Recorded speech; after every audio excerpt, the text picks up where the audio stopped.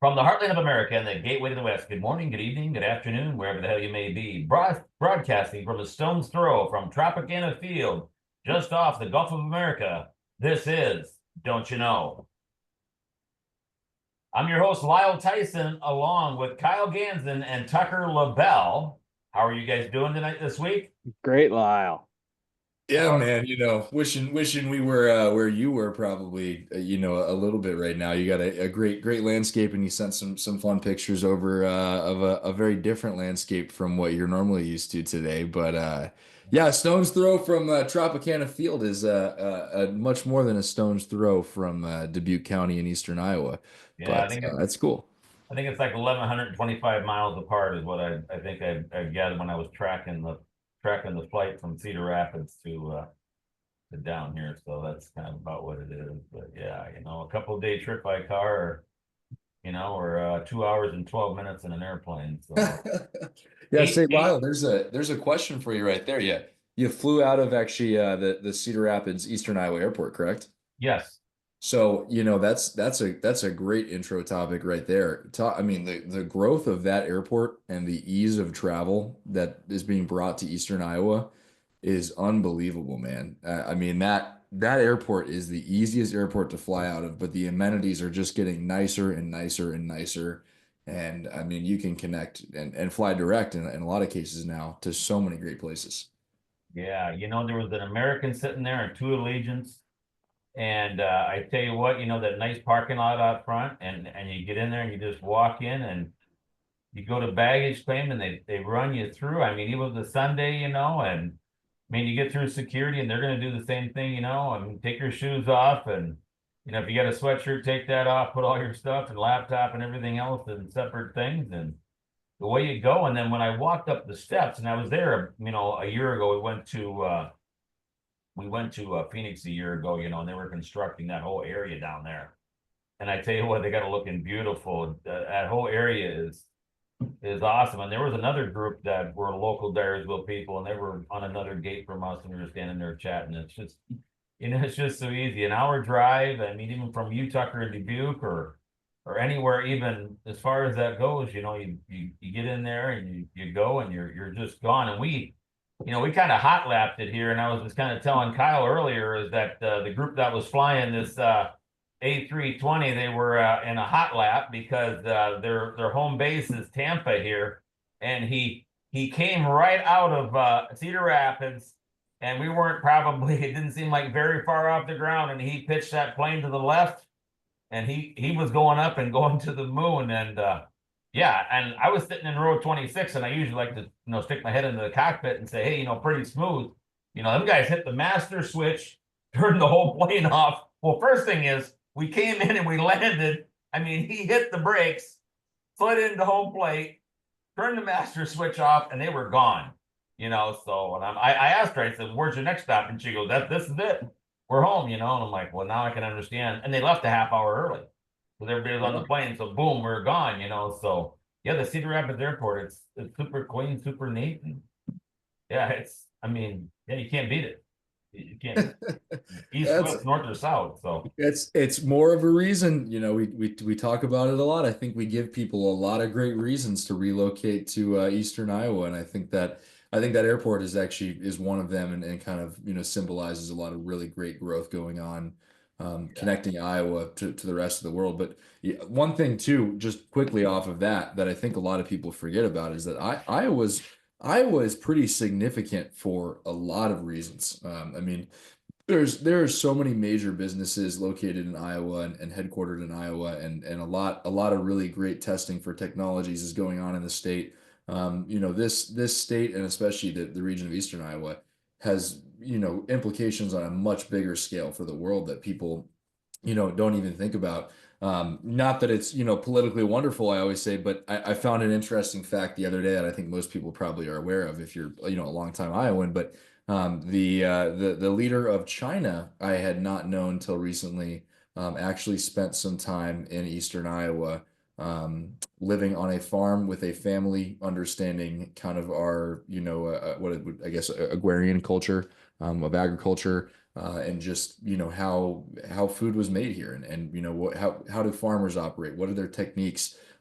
He lived on that farm. I don't remember if it was several months or several weeks, but was just embraced by an Iowa family, really really showing him what Iowa was all about. And he still talks about that to this day, which is a very interesting thing. But many world leaders have made stops to understand a little bit of America from Iowa and its people, which is really interesting to me. I think him and Terry Branstad were pretty big friends as far as that go with the trades and Huh. everything else, so I think that a lot of that probably stems from that, and everything. So yeah, I mean, it's all pretty good. Yeah. Yeah. Very good. Kyle, So, what do you got, man? Man, I tell you what, I um had a lot of big updates here in Dubuque County these last couple weeks. I don't know if you've heard big kind of shot to Dyersville, Randy's Market closing out there. I believe Dave Niebel, the store manager, yeah, great guy. 21 years at that location. And Lyle, you probably know him. I mean, done so Well, much, did so much for the community. right, And Dyersville was really spoiled between, if Payless wouldn't do it for you, Fairway would do it for you between him and Bill and Bill over there at Fairway. They're always the guys who are willing to help out the community in any way. And so big loss for the Dyersville community with Randy's Market leaving. Best of luck to Dave and whatever he's doing next. But some exciting time to be out in Dyersville, right? You never know what's going to happen in that building. I've heard some rumors that Ace Hardware is going to slide over to that building. But kind of a change of the landscape, which, maybe needed for that shopping center. Maybe it'll clean it up a little bit, spruce it up. Might be a good thing, but sad to see a long time business go there. right. Uh, And I know there was some things that passed in the city council meeting on like JMESPU, because nobody wants to know who they are, store number 25 or whatever it is. So I don't know where that's at or what that about or anything else. So I guess we'll soon to find out what that's all about because yeah, it's that'll pretty be an interesting. interesting storyline to follow here, especially with all the positive buzz happening in Dyersville here over the last couple months. Some other big news, the sale barn wrapped up operations this summer. They were a longtime staple in that community. Another great commercial lot going to come available. Rumored Quick Star, at that location would really, add, another chain gas station in the community. And then lastly, a little bit of spoiler, but hearing some rumors out in Dyersville that the pub pizza may be returning after 8 or 9 years. So some Yeah, big time things happening in Dyersville. yeah, there's some, I can confirm that that's true. I don't know where they're at with the phase of it, but that is definitely in the works. And I think the right group who are trying to push that forward is real good for the community. Yeah, the one thing, Lyle, I found out, it takes, like in Epworth, it takes Epworth residents to make Epworth businesses work. And same deal with like Dyersville, right? It takes just people coming together and just saying, hey, we're a better community when these businesses are locally owned. And the local power that we have is just amazing. I mean, and there's no better an example than what happened this week with KWWL and Allen Media. As you only in Iowa does this make news, right? The KWWL is going to outsource their weather to the Weather Channel, which is also owned by the Allen Media Group. And I tell you what, I would have hate to been that company for a good solid 2 days. We had petitions, we had people calling other people, we had Facebook bashing. I tell you what, KCRG probably had to have everybody watching their station because nobody was watching KWWL anymore. But sounds like they just reversed course on that decision. Nobody was let go, and the schnack is back. The schnack is back behind the thing. And like I said, that just shows you the power of your local voice and the willingness of Iowans, to make a difference. So I thought that was kind of a neat story this week. Yeah, that is certainly a neat story. And and Tucker, you can probably chime in on this one a little bit too. And Kyle, I'm going to go off of what you just said about, and we'll get to some more sports here in a little bit. Um, was the local people doing the local things, and I think that it finds true. I mean, Tucker, I probably know exactly what I'm going to say. I think with the Field of Dreams.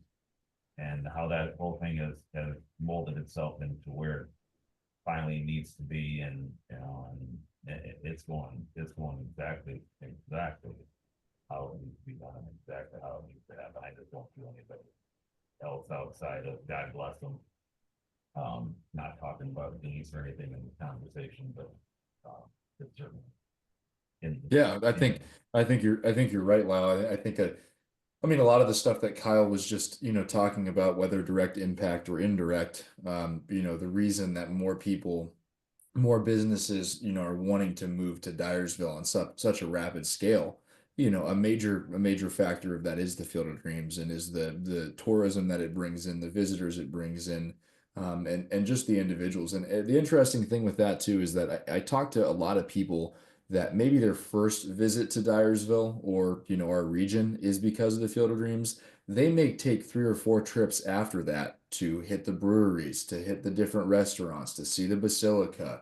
Their first visit and their first impression might be related to the field, but that doesn't mean that all the next visits are going to be tied to that, which is kind of one of the coolest things about bringing people to this region, is that for a lot of people, and we interact with a lot of people that come in from the Twin Cities or Chicago, and a lot of major metropolitan areas. They arrive to our section of Eastern Iowa often for the first time, and are kind of taken aback and mesmerized by the peace that's offered out there, and the simplicity and the ease of life that they could never fathom in their daily journeys. And that's a really interesting, I think it's almost a subtopic within itself, is that we have a slice of Americana and life here that doesn't really exist, so many places. And, Lyle, I'm looking behind your screen right now, and I'm seeing, 4 lanes of traffic, and people are going left and right and all this kind of stuff. And it's really easy in those landscapes to get caught up, in your daily lives and not interacting with people. But, we're on this podcast talking about the littlest things that have the biggest impacts, because our communities value those things, Right. which is really, really interesting. And I will say, off of Kyle's point, about the store closing, we're seeing a lot of that over here in Dubuque right now too. I was sad to see that Romberg's Fur and Leather is closing after 118 years of business, down kind of on the edge of the Millwork District. And it's a great commercial property when it goes up. I'll tell you that right now. It's just unfortunate because, what they offered was something that most businesses do not offer today, and that they were offering a service and a product that had been there for 118 years, that people depended on, relied on. But with the nature of movement comes a changing landscape, and I think that Millwork District is definitely seeing the biggest change, the most rapid way, obviously, with the expansion of Schmidt Island and the Q Casino, and then kind of everything that carries off of that. I always say even the corners over here, by towards Eagle Point Park, and all the neighborhoods are rapidly changing because of the proximity to the Q Casino, and proximity to the Millwork District. All those things are starting to change very rapidly. So, all over the place. I think Kyle said it well. You don't really know if it's a good or a bad thing. You kind of have mixed feelings on it. I think the thought of a quick star coming in is a great thing. I mean, from my understanding of their business model, they're very good to their employees. They have high wages.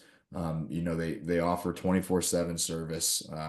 And I've been in Dyersville plenty of nights leaving late, and I can't get gas anywhere because everything's shut down. So Yeah. that's maybe Yeah. maybe that's a maybe that's or a burger, or a decent burger, I guess, and I'm a huge Quick Start fan, and I've been into a lot of them, and it's never been bad, and everything's the same, and it's super cool. A big thing, I go for the quart of chocolate milk with the burger, and maybe some cheesy nuggets there, and I'm just happy.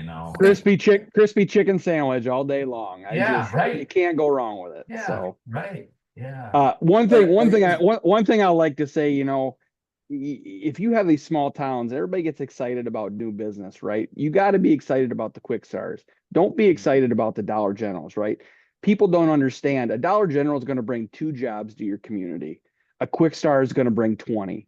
And it's going to bring, like you said, Tucker, great wages. I think a lot of their people are starting out $18-20 an hour. Their their assistants are making mid-50s and up from there. And they incentivize their employees, right? They give them bonuses based on profit. Like, those are the type of stores communities need.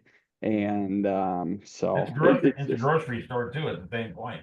yeah, Yeah, it's everything. Yeah. they're, I guess the comparison is they're the Buckies of the Midwest. But actually, in other news, the Madison Yeah. area is getting a Bucky's. So who knows how long that takes for that to encroach on it on the quick star landscape. But no, the funny thing is, I guess all this ties right into the Donchaknow show and the Midwest monikers and everything, because somebody outside of the Midwest is probably listening to this going, what the heck are these guys talking about a gas station for? But it's until you live in the Midwest and you have one of those, you don't realize how much of a meeting point and a hub those are. And they're great That's burgers and great chicken. that's right. Yeah, you got convenience, you got community, and you got fuel. I mean, what else do you need? My theory is that if Dave Portnoy can do a pizza review on Casey's Breakfast Pizza, we can talk gas stations. So There you that's go. we'll die on that hill, and that's okay. That's a good hill. I like it. Going back to all the communities too, whether it's Monticello, Anamosa, Cascade, Macokota, Gothenburg, Independence, Manchester, I think they all got their own little deal, and they make it all work. And one business might close down, another one opens up, and it just, the revolution of evolution, I guess, type thing, of how things evolve. Yeah. You Well, know? speaking of, the opposite of evolution and things coming apart a little bit, I saw that there was a note here, Kyle, I think it was on your list there about Telegraph Herald. Is that correct? Yeah. It had come out about a week or two ago, and I was kind of just seeing if we heard any more information about it. But Telegraph Herald and the Cedar Rapids Gazette followed, so they're going to go to a 3-day print schedule. So on Wednesdays, Saturday, and Sundays, will be the days they'll print in their actual paper. Everything else is going to move to an e-edition, which I personally love. The nice thing about it is I always have my computer, always have my laptop, right? Can always flip through really quick. But there is something about just opening that paper over a cup of coffee on a Sunday morning too. So I truly just think it's a change of the times. I think it's one of those traditions we always had. We have to have the physical paper in front of us, when really we found out maybe we don't. So but there again, it changes how we consume media, and that is Mhm. the most interesting topic to me. And that's what I love about this podcast, right? Like, you don't have to, you could be just driving down the road listening to it, or you can be like, hey, I want to work out and I want to listen to three guys talk about gas stations, right? Like, you just never know what you're going to get, and you can consume this at any time you want. Where the paper, like I said, now they're kind of getting with the times. They're going to have to kind of make it, consuming as people want it or people need it. It will be interesting though with the hot topics, right? When things come up, the instant news, how they monetize that, right? How do they stay relevant from a profitability standpoint? And it'll be interesting. We're lucky. We have two great local newspapers. I tell you, between the Telegraph Herald and the Cedar Rapids Gazette, I mean, if you want local sports, those two really have a good hold on Eastern Iowa. So, but Yeah. I think it's the right decision. I guess I don't know. What are your guys' thoughts on that? Man, I got 20,000, thoughts rattling around. So, for context, I guess, and a lot of people listening to this might actually already know this. My parents for the last several years were with the Dyersville Commercial. They've been in print media, my entire life. I grew up running around a newsroom as an infant. And so, the newspaper business is near and dear to my heart, but I'm also a businessman enough to know that in most places it's not a successful landscape in a print style still. I think that we are the one place where it's still consumed at the level it is in print. um, I will give a constructive criticism whenever a constructive criticism is to be given on this podcast, and I'll give one to the Telegraph Herald. More than that, I'll give it to Woodward Communication, because I always say that all these newspapers are generally owned by the same person, the same shot caller, and they're just going by different names now. And that's what happened in the news business, right? But the one piece of advice I'll give to them, and especially, the Telegraph Herald, is your audience and your consumers of news are getting younger. Your landscape is getting younger. The people moving into the Dubuque area are younger, more tech savvy, and a lot of them coming from other corners of the world where media is very up to date and very tech savvy. The social media for the Telegraph Herald, man, I am not throwing the person running it under the bus. I'm throwing the giant entity running this whole thing under the bus and saying that if you're gonna go to a digital style, know how to utilize digital media. Yeah. Because the Twitter is lackadaisical, man. The Instagram's close to non-existent. It's gotten a little bit better. But if you're going to get away from your traditional format and your style, know what you're getting into, know how to seize that platform and take it and run. Have podcasts, for goodness sakes. I mean, do things that are going to help switch to the digital side. It's like, you're just like, hey, we're gonna 3 days a week print a paper. We're going digital, but we're really not going to share all the kind of stuff we want to digitally now. It's like, well, what kind of disservice are we really doing here? And that's where stuff like what we are doing, citizen journalism, is coming into play. Is that we can provide listeners and an audience something to consume without a paywall that is easy to listen to, easy to consume, easy to research. But at the end of the day, we all want our local news outlets to exist. And the way that they're going to exist moving forward are Twitter, Instagram, Facebook, TikTok, all these kind of things are what allow news entities to move forward with the world. If they don't move forward and they can't adapt, then that's where you start to see them just completely die. And I think the biggest change in news media, in print news media, was when these big companies, these conglomerates, started buying all these things. And that's where your quality a lot of times was starting to get lost. I think without the exception of sports in our area, because sports is one of the best parts about it. But in a lot of the country, that's where it started to water it down. And then what we really saw was that a lot of the staffing of these newspapers, like it was three people were dealing with one subject. Well, then it was one person, then it was no people, and then someone else got reassigned that. And so you constantly saw this switch and switch and switch of everyone changing roles. But the one thing I will tell them, man, is that you got a huge college audience here. You got a lot of kids moving here, a lot of parents researching it. They want to know what's going on, and they're going to look on X, Twitter, whatever you want to call it, and Instagram. Those are the first two places they're going to look for their stuff. And if you're not present on there, you're not in their minds, and they're going to look somewhere else. And so, we're not at the point. The worst of it is a company, I don't know if they still go by it, but patch.com. Patch is like when your newspaper disappeared in your town. Well, we're getting Patch. And Patch was, I'll throw him under the bus too. The worst excuse for news you could possibly imagine. It was just sourcing other people's media to this website. And so we're not there yet, but I tell the Telegraph Herald and the Cedar Rapids Gazette, we love you. We want to see you around. Take the time to do some research, adapt, ask guys like us questions. Ask your viewers what do you want to see from our social media? How do you want to see the headlines broken? Every time I go on, Twitter and I see the Telegraph Herald forgot to format the picture they used for, somebody's biopic, and all you see is the eyeballs and then a headline. I'm like, come on, guys. So the other day it was one where all you see is some guy's chin, and then there's a headline, something underneath it. It's like, he was on the edge and we saved him. And I'm like, what's the chin do with this? How's that relate to the headline?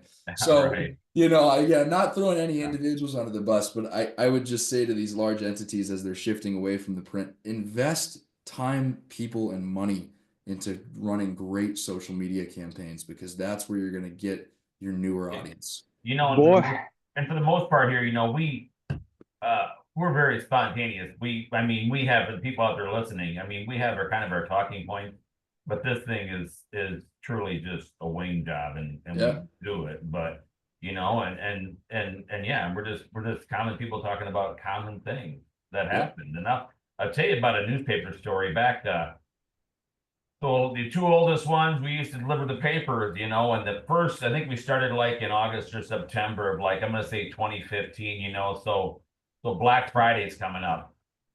And we used to get the papers at the door, right? They drop it off in the driveway at 3 o'clock in the morning, everything's cool. But when it was Black Friday and I woke up and there were 3 piles 5 feet high right in front of my garage door, and I can still see that yet. That's, if you stack that up, that's 15 feet of papers in the air of Black Friday. It was unbelievable. And everybody could not wait to get that Black Friday paper. You know, How many people, Lyle? How many homes do you oh, have to deliver? I wish I knew. And I think our just little area, I think we had like 75 customers or 67 customers somewhere in there. It was just ridiculous, you know, and yeah. And then we would also deliver the TH every day of the week. And then on Thursdays we had the Dyersville commercial that we put in there. So I had a, town and country, we'd open both doors up and I'd get the papers ready in the front seat and put them there, and the kids, and I'd give them 2 or 3, and they hit that house on the left hand, right hand side, and we'd work our way up the street, and I don't know who does it anymore, but I bet there isn't 10 people on our whole route that have that paper anymore. I'm sure. Yeah, no, that's really changed. One thing, Tucker, that you want to talk about social media and how to adapt to the customers. The one thing that bothers me with the TH, right? They'll break a decent headline, and then 2 days later they'll mass market emails with the same headline, right? They just kind of repeat the same. And I had always thought, I was like, that's just I just always question that. And then you brought up that point of, hey, you have to have somebody, more focused in these It's areas. not And fresh. yeah. So I will say, the Cedar Rapids guys, I love the Cedar Rapids sports, Jeff Johnson down there and that Pilcher. They're really good in the high school sports scene. Yeah. They do some podcasts once in a while that make me laugh. But What about the guy that is on I Am Alive, Scott Dockerman? Them guys do a great job. Great job. yeah, so it's interesting. That'll be curious to see. The newspaper's always changing. I'll tell you though, I still remember the highlight of my college years. My parents paid the money to send me the old Cascade Pioneer. I think it was $26 a year, and they mailed that baby right to my dorm room, and it kept me kind of in touch. I know that what is it? Mike puts out there, the guy who comes, takes the pit. God, he's awesome. Great for high school sports, but yeah, it'll be curious to see if those type of papers will. And what about the new guy? Oh my God, I feel so bad. Zimmer, Zimmer, gosh darn it. Dave Zimmer, I can't think of his name now. Gosh darn it, I feel so bad because he always wants me to play really cool songs at basketball games and volleyball games and all that stuff. But oh my God, he's gonna never let me down for that. But yeah, just most of the people out there doing. It's Zezer, Dan Zezer, isn't it? Dan Zezer, yeah, geez, and this, okay. Like I told you, I just said this is boom off the head. But yeah, Dan Zezer's super great guy. He's super cool, stuff. So hey, I'm down here in St. Petersburg, Florida, like I mentioned earlier, and it is Tropicana behind me. We've seen the pictures on the TV, with this the fabric hanging on the steel structure, flopping around, and when we drove in today, it was I mean, all completely cleaned up. I really didn't notice the whole area being completely damaged by anything. We know that they got it here. I did see, we just came walking back from the sports bar, which is incredible. I wish we could have an outside sports bar like Ferg's, just north of Tropicana. If you ever get a chance to come down here to St. Petersburg, go to Ferg's. It's unbelievable. I think they just started knocking holes in walls behind them, in front of them, and next to them, and above them, and everything else, and got a pissing off them outside bar over there. But I only seen one tree, in a condo area laying over. Otherwise, everything else just seems like nothing ever happened. Lyle, you mean that news people focus on the most devastated areas to paint the full picture? Really? I guess just the Tropicana, I mean, and they got pictures. They got a big picture on the wall, and I can understand why the Tampa Bay Rays probably want to move. They got a huge picture on the wall showing, Tropicana, and you can look up the left field side and the right field side. There's nobody sitting in there. Yeah. And that's just. That's just unfortunate that organization. It's what do you got for this week, Tucker? You're always a man of good words. Oh, as we watch the Bills and the Chiefs here. Oh yeah, right. Sorry. Yeah, touchdown 22-21. They I aren't. tell you, the NFL, man, it's wild. It's wild. Any other week, any given play, you got guys like Josh Allen just laying their body out there. This Yeah. touchdown here was just so raw. Like, how does that happen? But sorry, Yeah. big NFL guy, love FanDuel, along with most people my Yeah. generation. Yeah. So Yeah. that'll be a different topic for a different week, though, I Yeah. think. We can But talk about that next week. The over under and all that stuff. yeah, yeah. Yeah. Yeah, that's interesting. But Well, go ahead, Tucker. I was gonna say, the I don't think I have anything super specific, but the headlines that Kyle had paired with, the closure of Romberg's fur, and I've seen a lot of other closures of really small local mom and pop shops here recently. They just really they keep me wondering on what the future of Dubuque County and Eastern Iowa, looks like. I all these things we have going on, and they're happening daily for us in our lives, and we see them happening. But I wonder what does it look like in 30 years? I know that they're trying to position Dubuque to be more of a hub than it is, especially in an entertainment way. And I just got to wonder, what does that mean? More restaurants? Does that mean more bars? Does that mean, change of locations for a lot of people? I'm left every day driving down streets seeing newer things opening and older things closing. And we know that that happens everywhere, and that's not unusual. But I think we are just in a landscape in a region that we notice it a lot more than most places. One thing, Tucker, we're seeing is, just the chains, and that goes with gas stations and restaurants, and the local restaurants and establishments. It's just so hard for them. You look at like Chad's Pizza, unbelievable business, and they unfortunately they're gonna sell, and he's gonna go to his frozen pizza business. But it's just the drain, and how much hours and how much time it takes for these business owners to do it, and they want to have lives too. So I'm with you, Tucker. What's it going to look like in 20, 30 years? Are we going to be chain driven? Are we still going to have that local flair that's made Dubuque County what it is? Like, that's really, really interesting to No, me. they're not to just talk about Dyersville here so much, but I'm just going to use it as standard because I think it's pretty much been the standard throughout any town in eastern Iowa or Buchanan County or Jones County, Clayton County. Is that Dyersville at one time had 16 or 17 gas stations, and you can get your tire changed on a Saturday afternoon with not a problem. And yeah, if you show up there after 5 o'clock on Friday, you're gonna have a hard time getting anything done. So, it's what it is. But you have all these more of these cars. And I mean they're that much more efficient, but where's everybody getting their gas? But the other ironic thing is I pulled into a gas station the other day. I'm the only one in here. Well, I just wait 30 seconds and three other cars pull in. So it's certainly kind of funny on that. Where's everybody getting their gas and everything?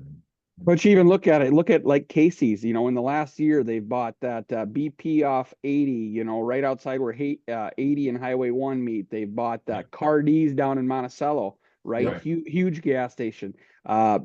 This is just breaking news. They've actually brought the truck stop out on top of the Mile Hill. So that's it sounds like in March that's gonna happen. Like, Oh, there again, all these mom and pop getting bought up by the chains just because they don't have the next step in their succession plan, and it's just easier to sell out to a chain. And so right. um Yeah, you don't hey, have to worry about, Casey's like that. Here's the check and walk away. right. I mean, I No. remember, you remember back when Winnicke's got sold, right? That Right. was Yeah. like, oh my God, what are we gonna do? Yeah. We're gonna get our gas pump. We're not getting gas. We're gonna have to somebody we can't pump our own gas and everything else. And yeah, I mean, that was a big one. That was really big. Like, where am I gonna get my gas? And um, yeah, it's just Uh, interesting. But one thing I had, Tucker, I just kind of, first of all, I do got to have a little clarification point from previous episodes. One sporting event, if you're an Iowan, that's a must see. You need to go to a NASCAR race down in Newton, Iowa.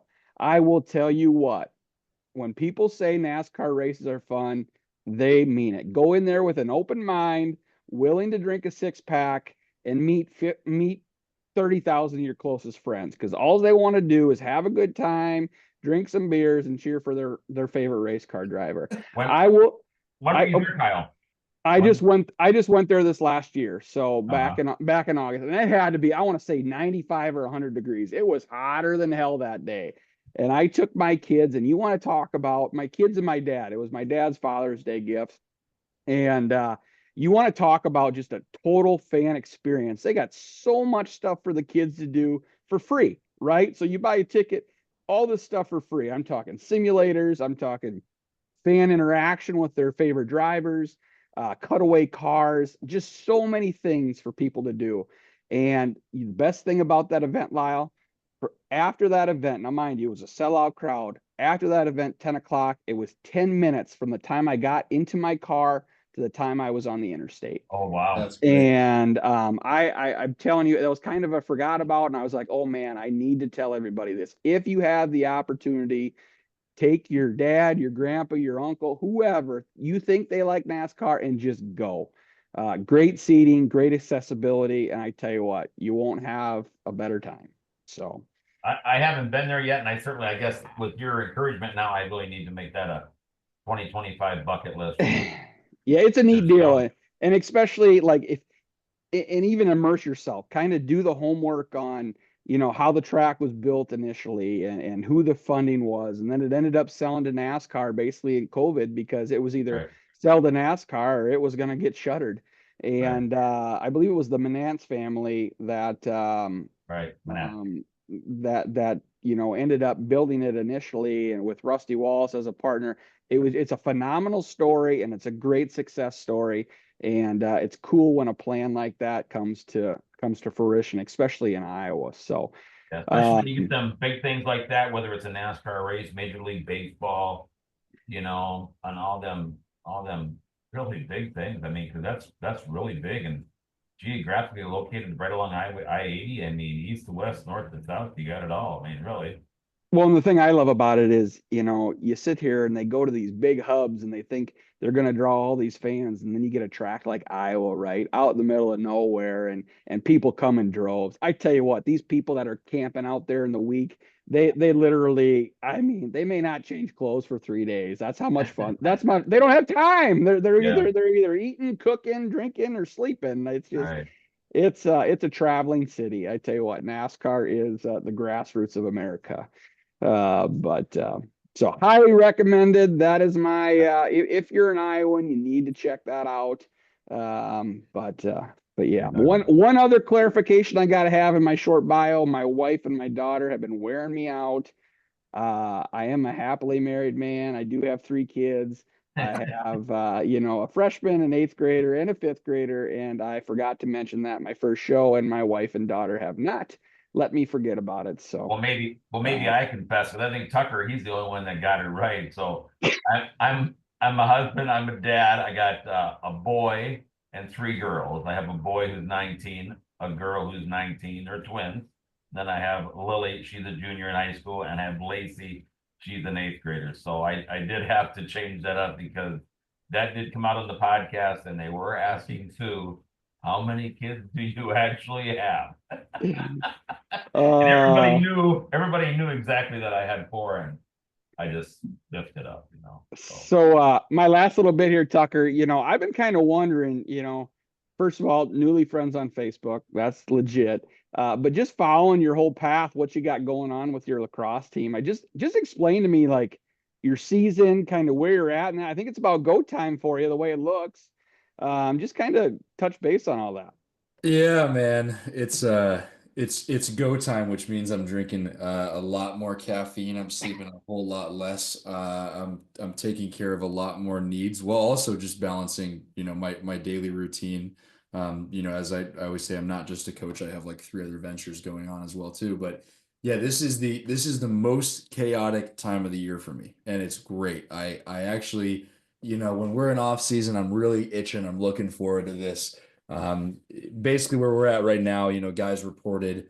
I always use the NFL term, they report for camp, but Guys reported for, first day of practice on January 13th. We just wrapped up our full second week of practices.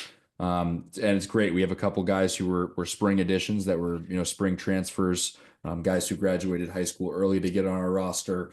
And so we were, welcoming in kind of new faces at the same time too, which is it's a great thing. It's always a challenge because you have to worry about acclimating kind of newer people at the same time, which is really fun because as a coach, every time somebody new joins a roster, you go back through the process as well, trying to get them, in tune and acclimated and feeling comfortable. But after, yeah, man, after full first 2 weeks, we're feeling really good. Largest roster the school's ever had, most talented roster the school's ever had for sure. A really, really great group of guys. I always say we only have two Iowans on the team. We have one from Dubuque and one from Des Moines.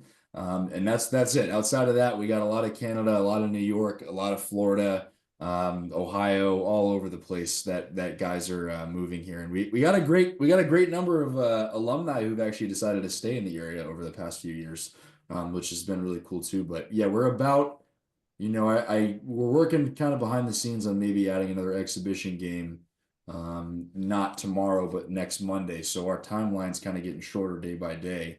So we could be 1 week out from the opening whistle, basically. What's your schedule? I mean, you guys like do some baseball stuff. You guys travel south a little bit. We go. So our conference is the Heart of America Athletic Conference. It's the biggest, and probably you could say most successful conference in the NAIA. And so we span. We're kind of the furthest, east. I guess St. Ambrose would be the only one you qualify in that as well too, because St. Ambrose is in our conference. But the rest of our conference is much more St. Louis region, Kansas City region. So most of our road games are about 6 hours on average. We're going up to Ashland, Wisconsin, first 2 weeks of the season, going up to Northland College up there. That's about 6 hours away as well too. So we're looking at about 6 hours on a bus pretty much anywhere we go. So that's why we value home games probably more than anybody in this conference in this region, because for those teams out of that Kansas City St. Louis hub, they're all about 2 hours apart from each other. We're kind of the outlier of that. So yeah, it means a lot of travel starting up here really soon and going to a lot of cool places. And I think the best part about being a college coach is the travel and lifestyle that it allows you, and then also getting to introduce a lot of these guys into landscapes. I think constantly about a little town called Atchison, Kansas, actually the birthplace of Amelia Earhart. Atchison is a town, probably about the same size as Dyersville. Really pretty town. I got a lot of love for the state of Kansas, but Atchison it's a pretty little spot. Benedictine College is over there. And it much like Dyersville has a way of life that a lot of people don't get to experience. And so every time our guys go there, we make sure to book a day out where the guys can go see, museums, go to any stores they want, get the opportunity to kind of, explore the landscape and meet the people, not just play a game. And so that's by far the coolest part of it. The most stressful part is going on the road with almost 30 guys between the ages of 17 and 25, and then having to make sure they're all doing the right thing. That's what I always say. What's your coaching staff look like? Like, you just say you're traveling with that many kids making questionable Yeah, decisions man. sometimes, but Yeah, it's this. Well, so this year it's just me. This year it's just me. whoa. I'll always say I think I hope that our staff we get the opportunity and allowance to grow the staff in the coming years. When I took the program over, there was about 11 guys left on the roster, and so having one coach was pretty regular then. But as we've grown and grown and grown, more responsibilities, more people, more stuff like that. I have a wonderful volunteer assistant coach who, whenever he's available, he's around. A buddy of mine that just relocated from Tampa to Dubuque, actually. Oh. So whenever he can, he helps out. But this year it means managing almost 30 guys on the road, probably on my own, and gonna make friends with a lot of hotel staff right away to win them over and have them help me out too. So that's the fun. Hey, now your merchandise, like the stuff, your equipment and stuff. I think I've seen that a little bit in the hockey league as well. Is that kind of a crossover? I mean, is it Yep. who's the Yep. retailer of that stuff? Yeah, most warrior, I mean, the most prevalent is warrior sports. They're a big hockey manufacturer. They're connected, I believe, to Bauer. And so, basically anyone who makes lacrosse gear makes hockey gear. Anybody who makes hockey gear makes lacrosse gear. What people don't often know about lacrosse is that in most regions, if you're a lacrosse player, you're also a hockey player, and if you're a hockey player, you're also a lacrosse player. So when those brands realized that, they did a little double dip marketing, and we're catching two purchases at the same time. Bauer I recognize, but Warrior, I guess that's the new one. Yep, Warrior's probably a new one to you. Nike does it all. Under Armour does it all now. You can get absolutely anywhere. We got a really cool deal with Under Armour over at Clark that I always say we're really well taken care of by Under Armour and BSN Sports, and that's the coolest thing for me is having these guys come on these teams, and a lot of them coming from backgrounds where they weren't in positions to have great equipment or have good resources, and then the day that I get to load their locker up with all their gear, and then they come back to campus and they open it up. It's a cool thing because a lot of these kids, they haven't had good equipment like they should have. And then we're like, hey, every year we'll give you good equipment. And they're like, oh my gosh, this is Christmas. So that's the coolest thing to see it on their faces. That's super cool. Appreciate it. But I'm sure they Yeah. appreciate that. Obviously, they get that gives them the understanding of where they're at and what level to commit. Yeah, I always say that the way I talk about my program and what we do is that I want to offer guys a big college athletic experience in a small college atmosphere. I want to give them the amenities that they would get at about any level while offering them the community and focus of a smaller campus. Oh, How this is all transformed for you and everything. It's just yeah, man. right where you're supposed to be, man. I just, it's just what it is. I appreciate it. I got a great life doing really fun things, and having the ability to influence a lot of young minds is it's a fun. I have to remind myself often that I'm also young because Yeah, yes, I you get are. into this mentality and this personality with my guys that I feel like I'm 10 or 15 years older. And I have to take a step back and go, wait a minute, I can't age myself. I can be mature, but I can't age myself. I need to also be be a 25-year-old at the same time too. So that's a fun balance. Uh, You know, I guess my talking point was I was going to talk about AI. I was just talking about Tropicana here in Tampa area and all that. But I think I'm going to probably maybe shift gears over to, high school sports. You got girls wrestling, you got districts and all that coming up next week, or districts of this week, and they got regionals next week. And getting to the end of the season, um, getting to the end of the season, um, where girls basketball is winding down, boys basketball is winding down, and wrestling is winding down, and so they're all coming together, Kyle, and it's just interesting how this is all just taking shape. It seemed like it just started, like, hey, we're back in October, hey, great to see you guys again, and all of a sudden now it's like, geez, we're kind of like 2 weeks away from being done with girls wrestling, and yeah, it gets to that point, it gets to yeah, that point, the well gets that much busier because the one falls off and another one comes in, and then that one falls off and another one comes in. from a high school sports, fanatic, like you said, you got girls regionals next week, you got boys districts the following week, and then you roll right into the state tournaments. You throw that on with, the full February slate of college basketball. And then you roll right into March Madness. And I Yeah. tell you, this is where it really, they'll kick off with the Super Bowl. The whole next 3 weeks will just be awesome. Yeah. I really like like I said, the high school. You start talking mid-February with the basketball where, one and done. And the best part about high school basketball, everybody makes it, right? Everybody's in the tournament. You could not win a game all year. I remember that Bobcat girls team from a couple years ago, right? I think they won 2 games in the regular season and Right. ended up winning 3 postseason games, So yeah, truly, truly special month here for winter high school sports. And where has the time gone? It's unbelievable. So Yeah, he does. I remember seeing Tom Danner, he's the girls coach, and I think that was back in very early November. I mean, it was like maybe the first week, and it's like, okay, yeah, and now it's just poof, where did it go and everything. But I mean that these wrestling programs and girls throughout Eastern Iowa and the state, I mean, even women's sport in general have just taken off like none other. I mean, whether it is basketball in the college levels or whatever, or wrestling, it is just taken off.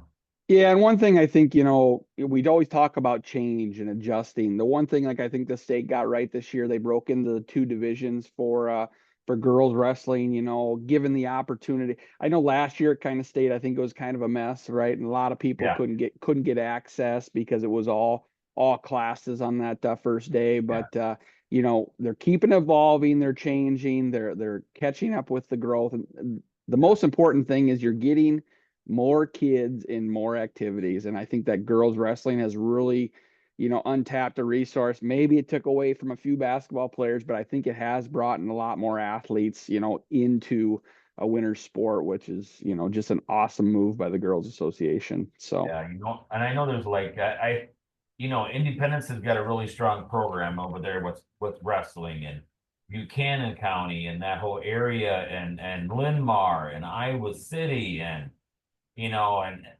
every place I haven't mentioned, they've all done incredibly well. I think the Bobcats got 22 girls on the wrestling team, on that varsity wrestling team, or I mean, I might even be on the bottom side of that number. It could even be 30 for all I know. But there's certainly a lot of girls out for wrestling, and I think it's really good. I think it does some of them girls really well. And I know, my daughter Lily, she wrestled her first year as freshman, and 3 days afterwards, after wrestling was over with, she's like, God, I want to go out next year again because I felt so fit. And then I couldn't wait for her sophomore year, and then guess what? I'm not going out. So yeah. So I got kicked in the teeth there, but yeah, she works and stuff. But yeah, it's just super cool. nope, just another great avenue. Be involved in high school. And like I said, try it out, right? Try it out. You may like you said, your daughter loved it.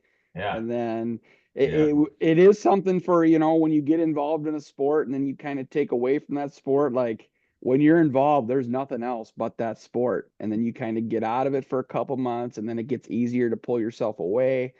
That's why I think you're starting to see a lot of these sports kind of be year round. They're trying to keep people engaged all year, right or wrong or indifferent, yeah, but I think that's part of it. I know with football, the one thing that's always hurt football numbers, you're asking those kids to show up on a high school campus 3 weeks before school starts, right? And what's one yeah. thing you didn't want to do in high school? You didn't want to go to school any more than you had to. Right. And so I think that's kind of always been a challenge, but no, great time of year we got coming up in February, Lyle, and I'm with you. I am excited because I love competition and I love people where every call, man, every call they can't wrap their heads around. That call made a difference, right? And they're just so amped up and they're gonna let you know about it. So as an official, it's also a really fun time. So one more quick speed round. You guys, anything you want to get out quick here before we call it a week or anything? So Tucker. Enjoy the good weather while it's here, folks. I don't know. I mean, I got a really, bad feeling that I'm gonna say this and it's gonna happen opposite, but I think we might have some good weather to stay for a while now. It is great to be outside and not be totally bundled up and be in the sunshine a little bit. We got a great forecast of a week ahead. Friday's up, I think, in the 50s. I Might don't be know. might get me getting the pedal bike out if there ain't no salt on the road. But yeah, I mean, I put a lot of miles on last year in February and early March when I wasn't supposed to be doing that. But yeah, Well, maybe it'll play in your favor and get out there and yeah, just I always tell the people go out, enjoy nature, enjoy the natural landscape, take a quick second away from your life and just go be out there in the woods. Go hit up Swiss Valley yeah, or Mines of Spain or I mean really anything, you know. right. I love that thought, Tucker. Just get out there and breathe in and out and relax and look around and enjoy it. So Mm-hmm. Mm-hmm. yeah, got a lot to offer.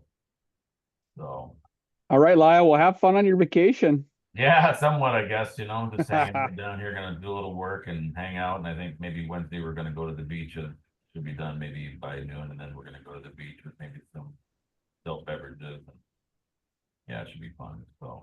There we So, go. yeah, you can catch us on, iHeartRadio, Spotify, Amazon Music, YouTube. You can also watch the recast of this on YouTube, the video, so. So for Kyle Ganson, Tucker LaBelle, I'm Lyle Tyson, and this is Don't You Know?